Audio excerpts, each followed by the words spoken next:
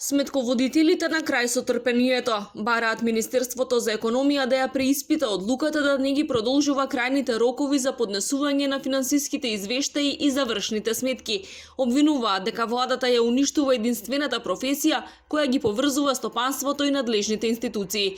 Сметаат дека владата намерно не ги повестува роковите за да не се пролонгира и плаќањето на давачките.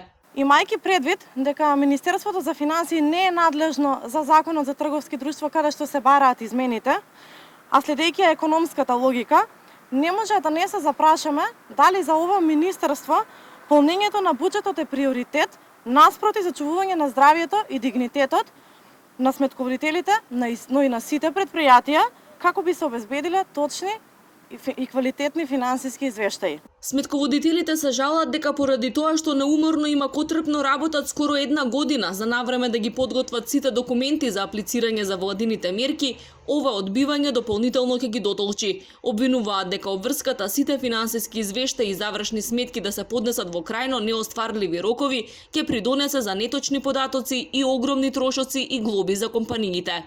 Ќе има крајно неквалитетни и неточни статистички податоци, со што државата воопшто нема да може ни да прави проекции, ни пресметки за буџетот и за идни дејности со кои што би требало да ги прослика од овие завршни сметки, а дополнително и оние колеги кои што нема да успеат да ги поднесат завршните сметки, ќе има штети финансиски и поработењето и на самите сметковители, но и на самите компании. Казна, како казна, не постои, има зголемени тарифи во Централниот регистар и ревизорски извештај кој што е задолжителен за поднесување на годишна сметка по рокот за поднесување. Тој ревизорски извештај за најмикро предпријатие е минимум 2000 евра. Од Министерството за економија пак велат дека се работи за заедничка одлука на повеќе институции кои решиле да ги задржат предвидените рокови. Во консултација со надлежните институции, Централен регистар и Министерство за финансии, донесена е заедничка одлука да се почитуваат роковите согласно Законот за трговски друштва.